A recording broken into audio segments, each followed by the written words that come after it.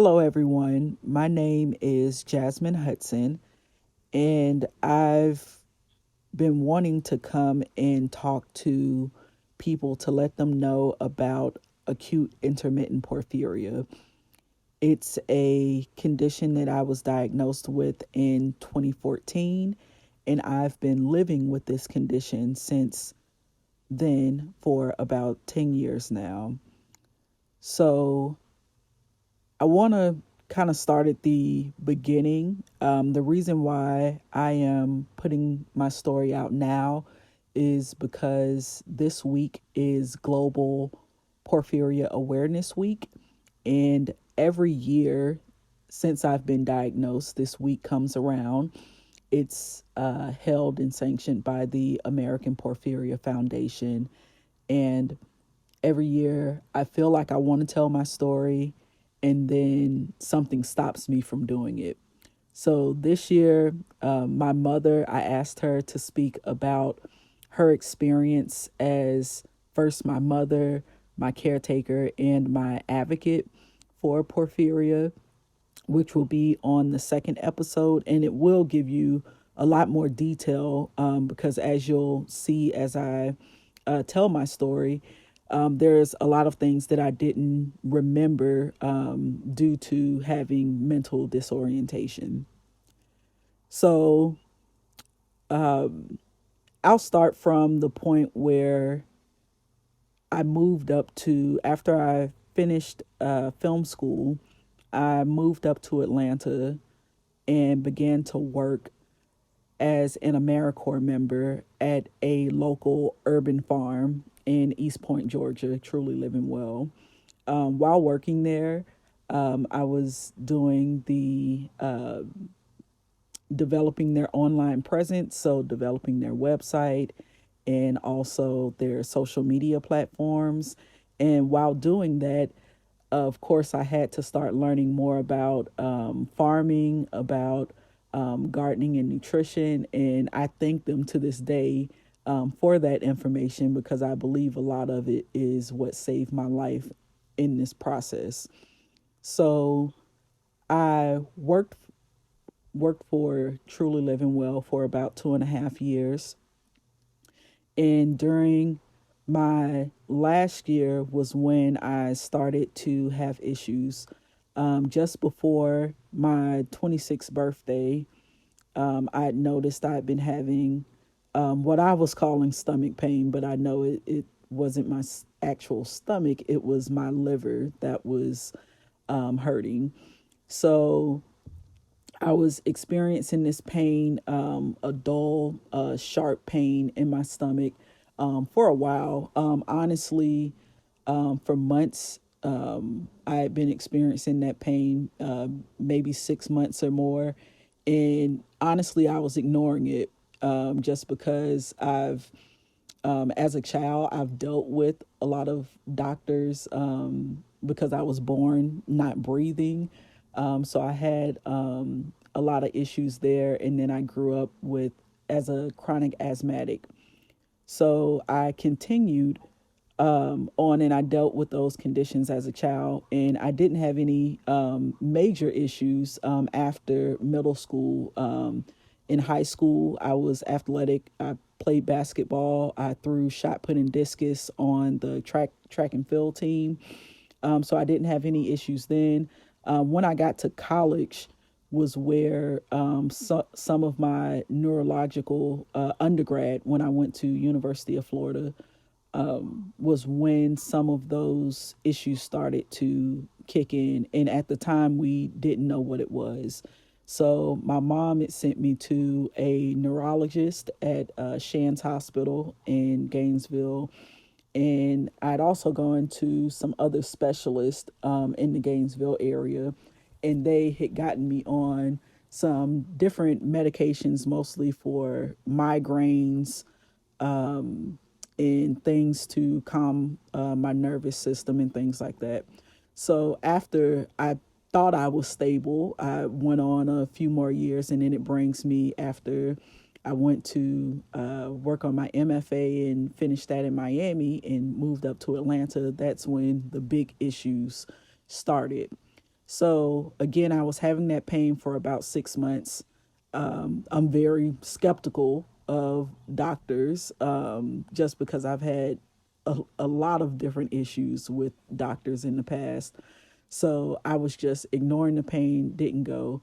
So once the pain got unbearable, when it started to feel like a burning, stabbing sensation in my abdomen, I decided to go to the hospital. So I went to the hospital. I can't remember the first hospital that I went to in Atlanta or the Atlanta metro area. And I didn't get any relief there. They just dismissed me from the hospital. And that was my story over the next few months. I pretty much went to every hospital in the metro Atlanta area and I was dismissed. Mainly, they thought that I was a drug seeker, that I was trying to get prescription pain medication through the ER.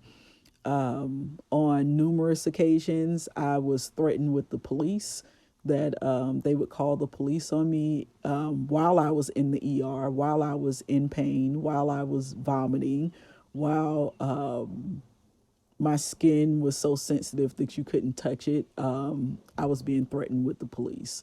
So all of those things happened, and eventually it led up to, still to this day, my worst porphyria attack.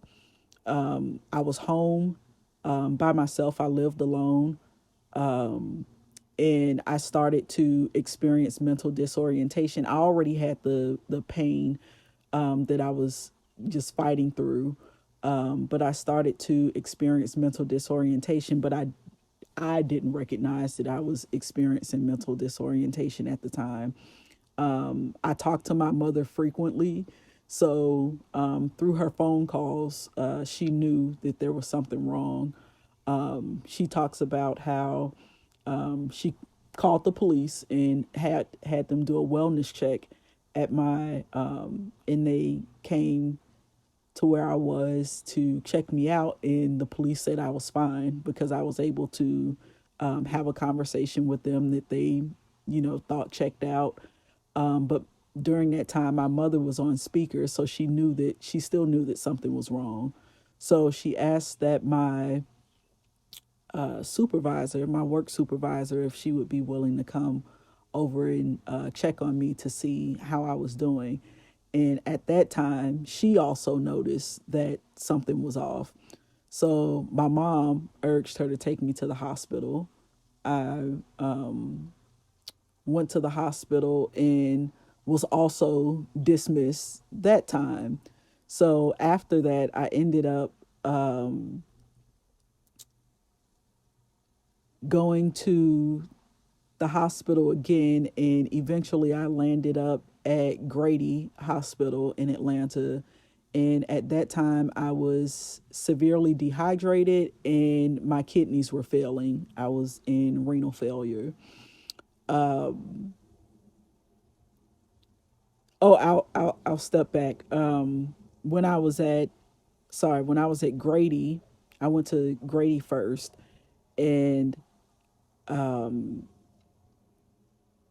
they, because I was having the mental disorientation, they completely dismissed the pain, and what they did was they had me admitted to their mental ward at at Grady. To this day, I still don't talk about it because that was one of the worst experiences of my life. The way that I was treated at Grady, my cell phone was also stolen from me when I was there. I remember I just purchased a new iPhone, and that was stolen. I had no communication with anyone. So I told them that I wouldn't speak to the doctors. I literally went mute, and I told them that the only person that I would speak to was my mother. So once they got my mother on the phone, she was able to come from South Florida up to Atlanta And after 2 days, I was in that mental ward for 2 days. She was able to get me out and bring me back home to South Florida. While I was there, I went to doctors there, to the hospital. They thought that the issue was my gallbladder, again, dismissing the mental disorientation and other symptoms that I was having, vomiting, not being able to eat, not even water. I remember when my mom picked me up, she was saying that she could barely recognize me because I had lost so much weight. I was probably about 30 or 40 pounds under my average weight. So I went there. My gallbladder was removed. I got on an experimental drug that they placed me on. I continued to go. I wasn't working at that time. I wasn't working, and I was just trying to get better. So once I felt that I was better, I was ready to go back to work. So I moved back to Atlanta, and shortly after, I started experiencing the same symptoms, and that's when I ended up at Emory University in renal failure and severely dehydrated. And none of the doctors knew what it was. But Emory was the first hospital that actually admitted me to the hospital, and they started doing just running lots of different tests. I was getting lots of blood work done, like the tubes that probably you've never seen, like not your average like blood samples. Like they were taking lots and lots of blood from me. At the time, I couldn't eat, so I was on a feeding tube. The nerves in my legs were very weak, so I couldn't walk. I was bedbound for 14 days. And there was a doctor, a hospitalist, Bruce Mitchell at Emory, who said that he had actually seen someone with similar conditions as me when he was in his training to become a doctor.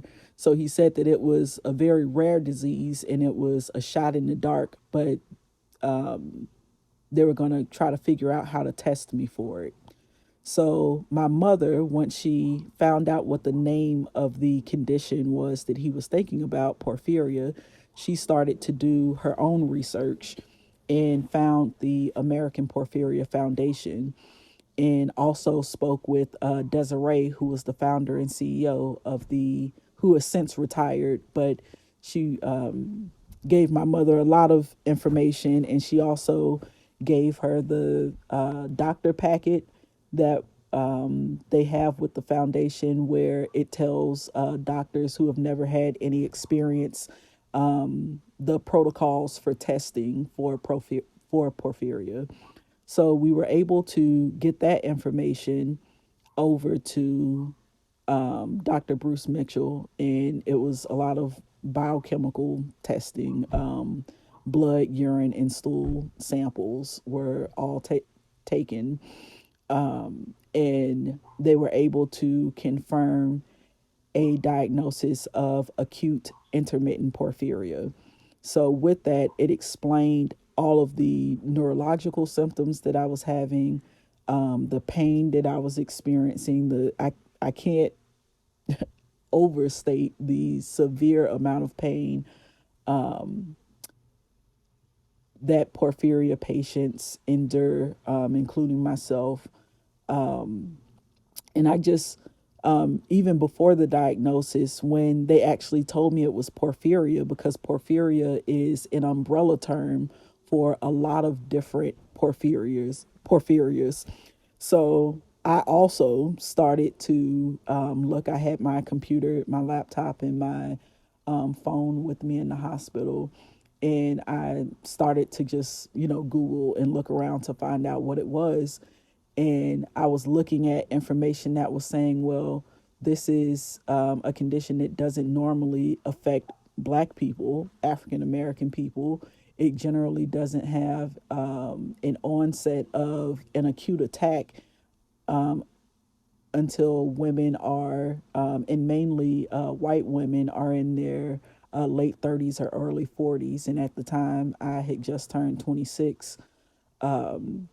It said that it affected European populations, that there were, and I was just looking at all of the types of porphyria, so I wasn't sure at the time which porphyria that I had, but I was seeing the ones where, like CEP and PCT are porphyrias that attack your skin.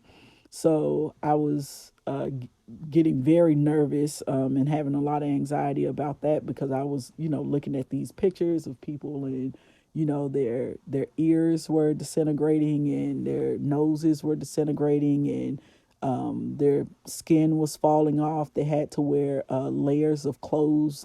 Any type of sunlight would or does burn their skin, fluorescent lighting. So I had all of these ideas, but once I got tested and found out that it was acute intermittent porphyria, that was when I was got more knowledgeable about that type of porphyria specifically. And it's a porphyria that generally attacks the nervous system, and specifically the pain arises in the liver, because that's where there's the breakdown in heme. So once I was diagnosed, they were able to get me on an infusion therapy called panhematin, which I still take to this day. At first, that was also an issue because it's a very expensive drug. So my insurance didn't want to approve it at the time. So I one of the things that I was able to do during the time where I was going back and forth with my insurance, and my mom was going back and forth with my insurance, was to get into a trial study by Dr. Carl Anderson, who's in Galveston, Texas. And he had a longitudinal study that was going on with acute intermittent porphyria patients. And he told me that they couldn't guarantee that I would get the porphyria during the trial. But if I came out, I would either be getting the placebo, which would be glucose, or I would be getting the panhematin. So I went out to Galveston, Texas, and participated in the trial study and was able to get the panhematin there, and got a little better. And by then, I had also, when I came back, my mother, she's a healthcare professional and works at the hospital. So she had been asking around about different things that might be able to help me. And one of the, I can't remember the person's name, but she told my mom to try to get me on disability, and she was very instrumental in helping with the paperwork to get my disability approved. So once that was done, I was able to get the panhematin treatments, but it also became an issue because we lived in a small city. So the hospitals did not carry panhematin. They didn't have any other porphyria patients in the area. So what I did was they told me I would need to go to a bigger city. So I started to get medical transport to West Palm Beach, to a hospital in West Palm Beach. And going there, I would get two infusions, usually like a Tuesday and Wednesday, every week. So every week I was getting panhematin infusions. So we did see that the panhematin treatments were making me better. Once I was able to get on a schedule, I was getting much better.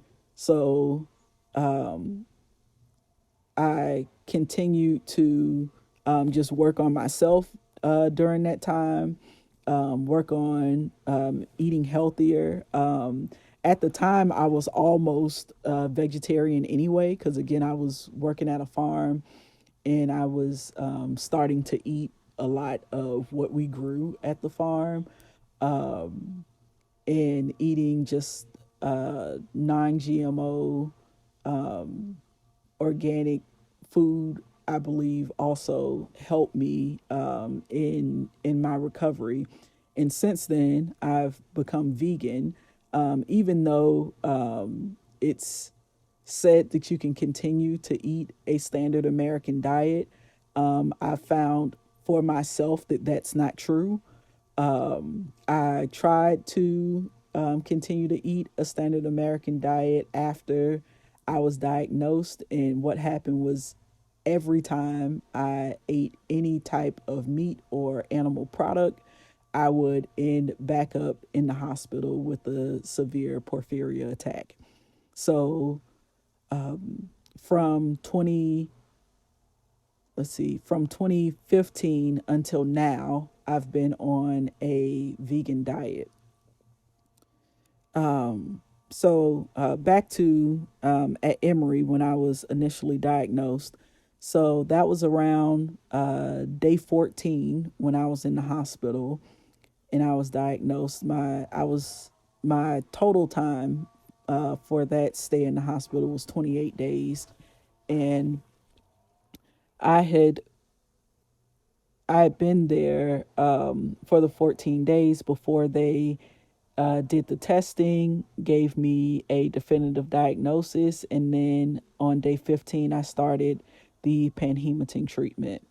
So, with that initial treatment, I received 7 panhematin infusions, and then I was able to, after 20 days in the hospital, I was able to get up out of the bed.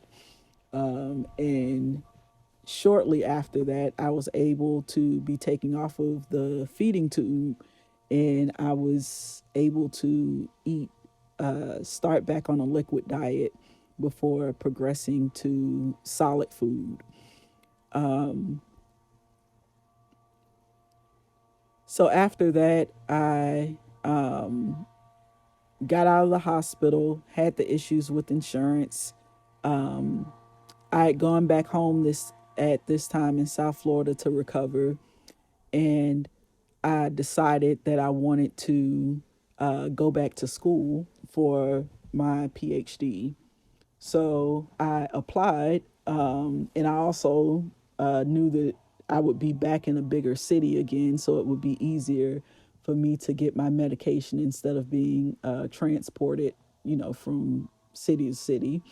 So, or having to fly to another state to get my infusions. So, instead of doing that, I felt like there would be a lot of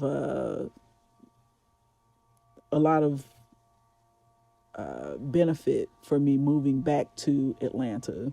So I applied to several different schools in big cities, and got into Atlanta and came back here.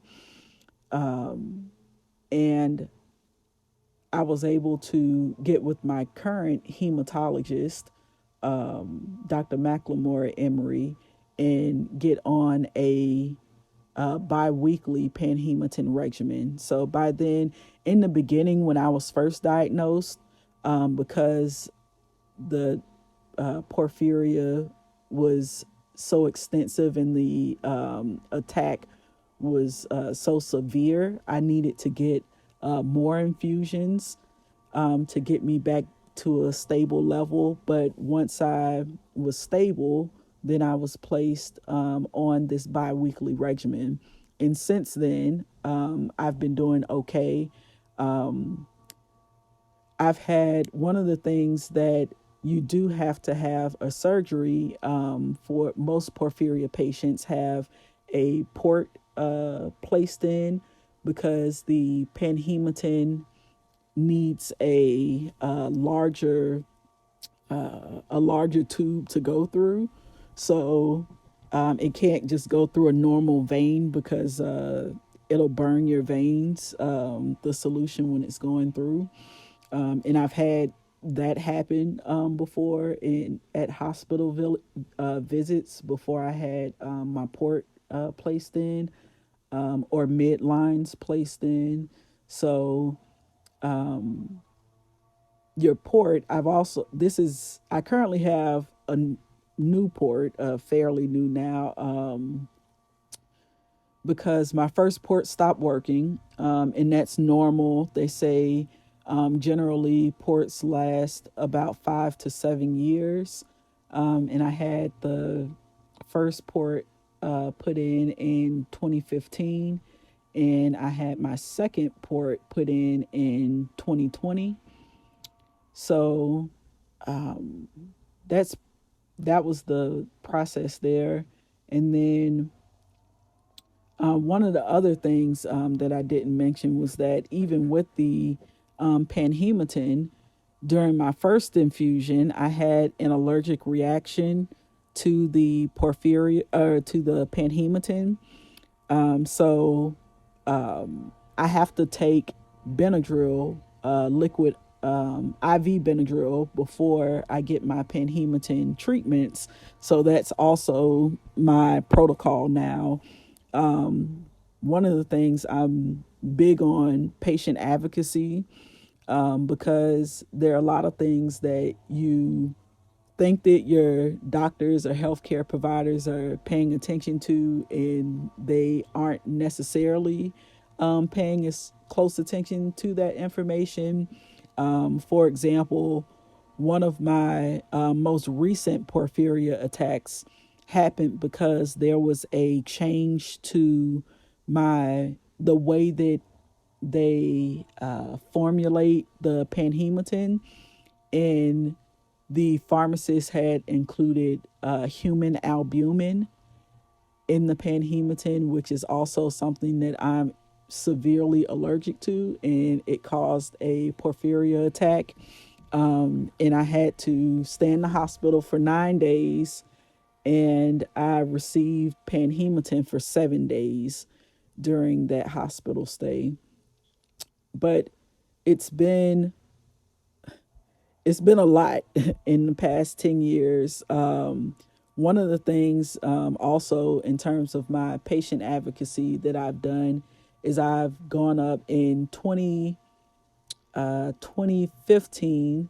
I went to Maryland to speak with the FDA, along with about 40 other porphyria patients. At the time, they were developing a new medication to treat porphyria. At that time, the only treatment for porphyria was panhematin. And we went, all of the porphyria patients, we were notified by the American Porphyria Foundation to come and speak with the FDA in regards to a new medication called geovicerin, or Givlari is the brand name. And it's that drug is formulated in a similar way that the COVID vaccines were formulated.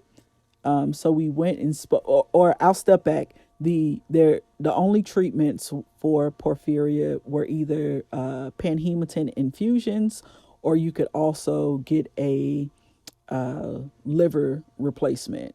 So I knew that I didn't want a liver replacement, so I continue to be on a panhematin protocol. So when I was there, we spoke with lots of doctors, members of the FDA, in regards to what our experience had been with porphyria. A lot of the patients, most of the patients, had similar stories to mine. Some less severe, some more severe. The issue with porphyria is that it's a condition that mimics a lot of other conditions, and because it's so rare, many doctors don't think to treat it unless they've seen it or had a patient who's had porphyria. It's not something that's typically on their radar.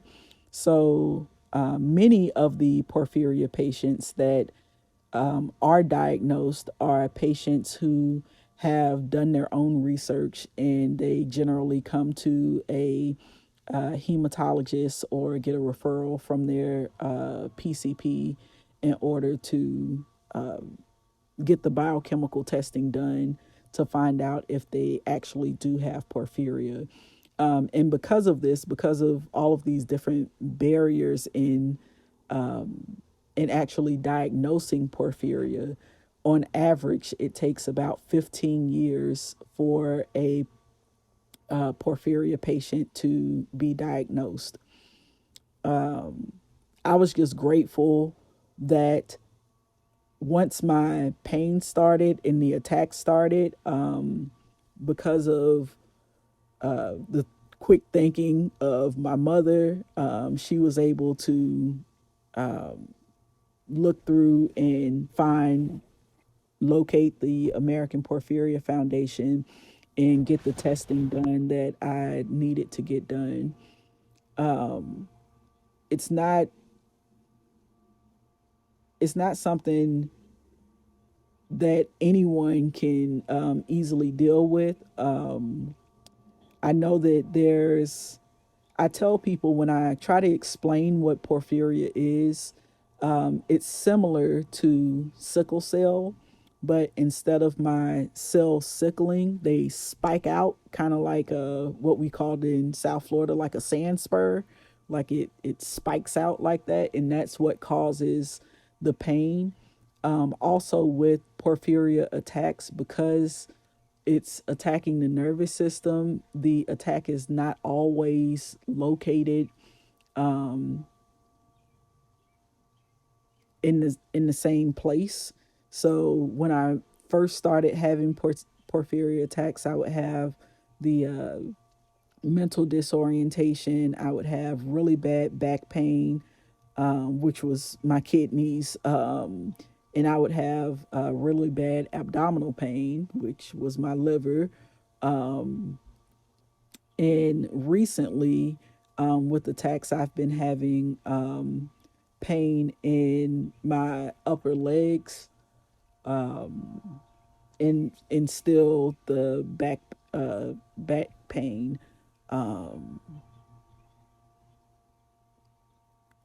It's just not a it's not something that a lot of people know about, which is why I wanted to do this podcast and just tell what happened.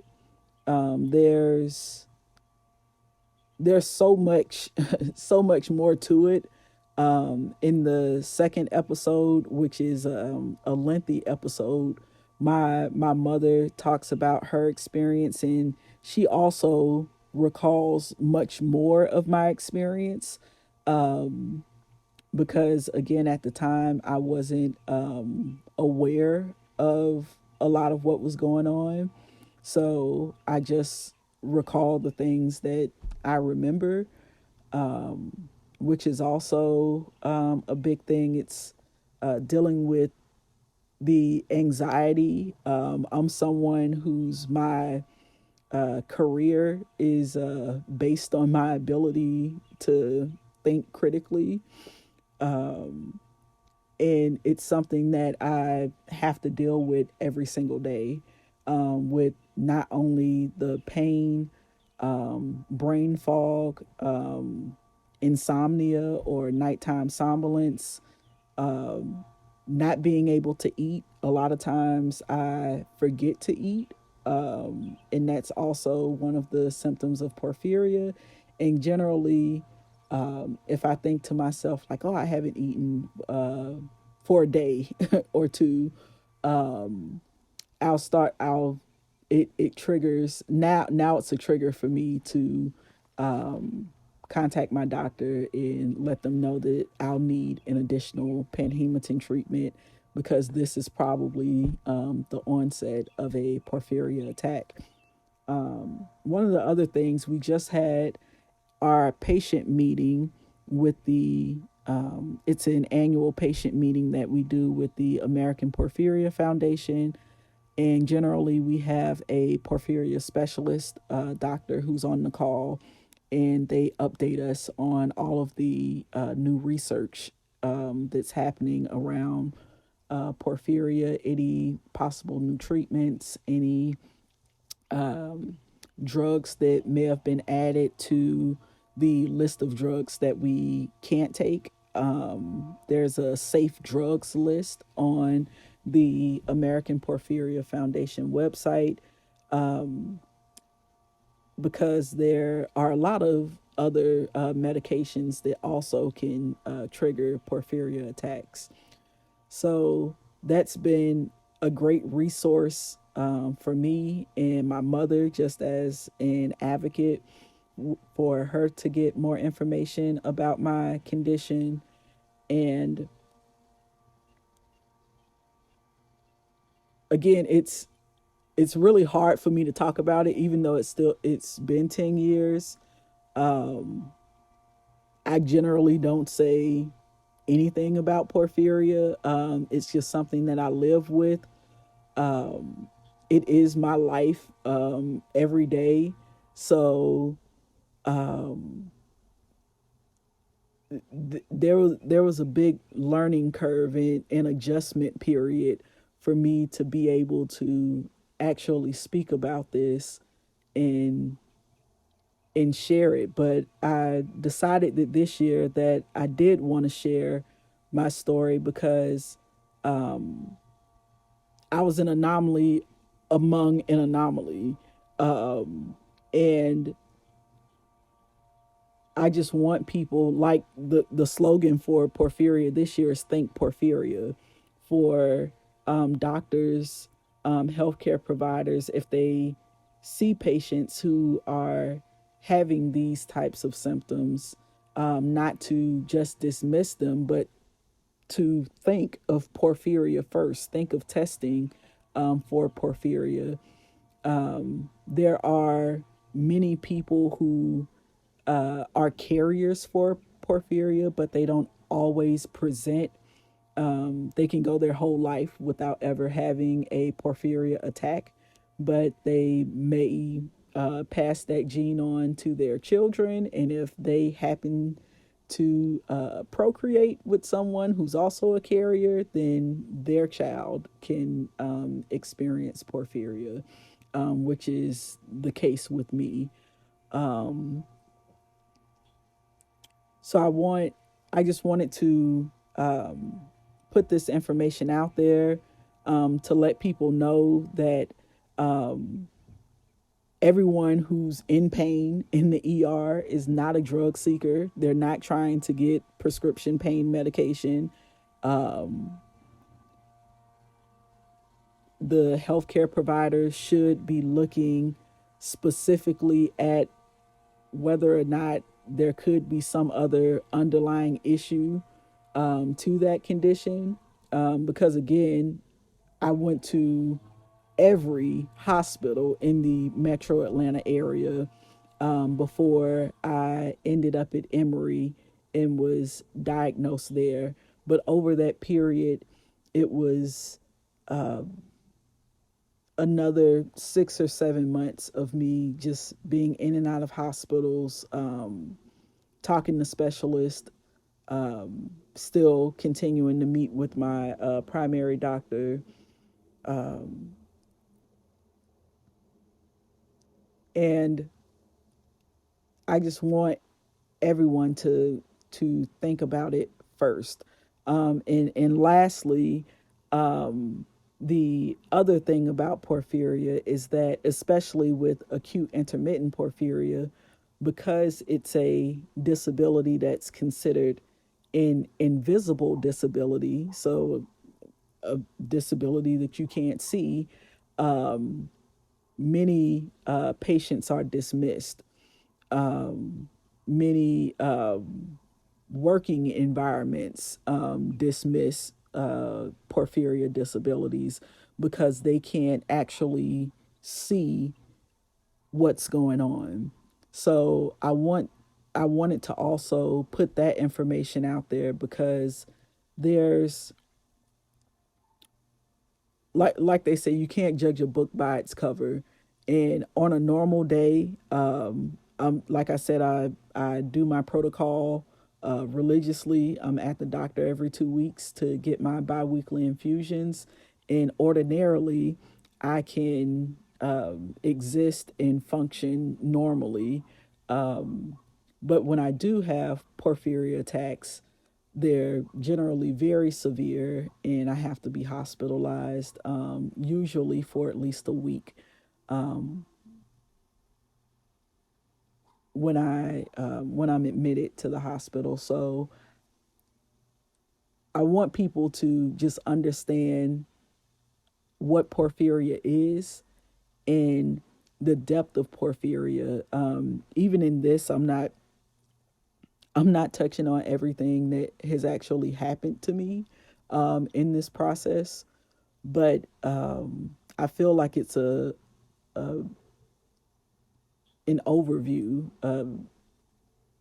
It's a good enough overview for people to at least be aware of what it is to question doctors. You can question your doctors, and you should question your doctors and healthcare providers when you're having different types of medical experiences or emergencies, and they're telling you that it's all in your head, like they told me that, I wasn't experiencing pain. It was all in my head. Or I was, experiencing anxiety, which I was put on anxiety medication and things like that. So there are, I just want people to understand that it's not always you're going to have to go beneath the surface on some of these things, especially with porphyria, especially for this type of rare genetic disorder that doesn't normally affect people like me. I'm a black now 36-year-old woman. And this is something, even when I went and spoke to the FDA, there were about 40 or 50 people there, and there was only one other black family. It was a mother and daughter from New Orleans who both had porphyria, and they were coming also to speak about their experience. So I wanted this especially to be put on the radar of black women, because the porphyria also it affects women more than it does men, specifically because there's a female hormone that plays a part in porphyria.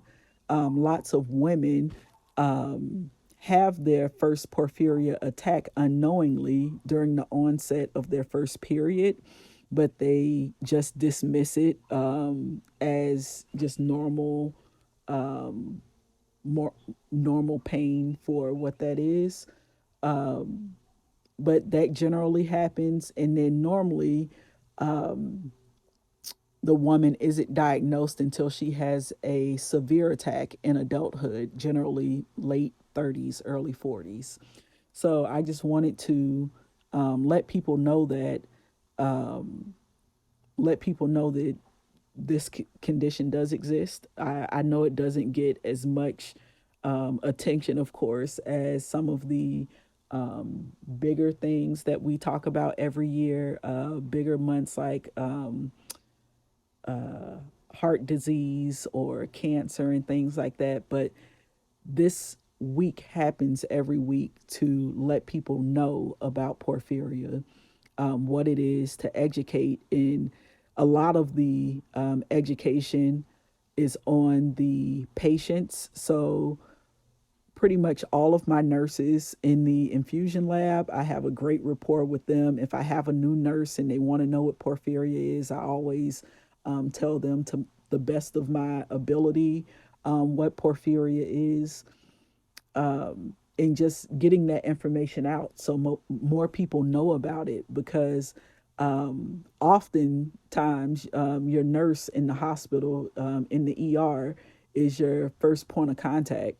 So, getting that information to nurses also who may be able to think porphyria first is something that I'm advocating for, just to spread the awareness of porphyria, not only intermittent porphyria, but all of the porphyrias. My porphyria is specifically under the acute hepatic porphyrias, because, again, it affects my liver. But all of those things are information that I just wanted to get out. And if anyone wants to contact me, you can leave a comment, and I'll answer. Or if I have any resource, because I've developed a lot of resources over the years, if I have any resources that I can provide, I'll be happy to share those with you. And thank you all for taking the time out and listening to this. During this week, there is a click campaign on the Porphyria website, so it doesn't require you to spend any money. All you have to do is go over to the American Porphyria Foundation website, click on the link, and $5 will be donated on your behalf. Again, you don't have to put up any money. You can just click on the link, and that can show your support, and help us to continue to spread information and also develop those educational packets for doctors, and also continue to expand the safe drug list and expand the amount of people that know about porphyria.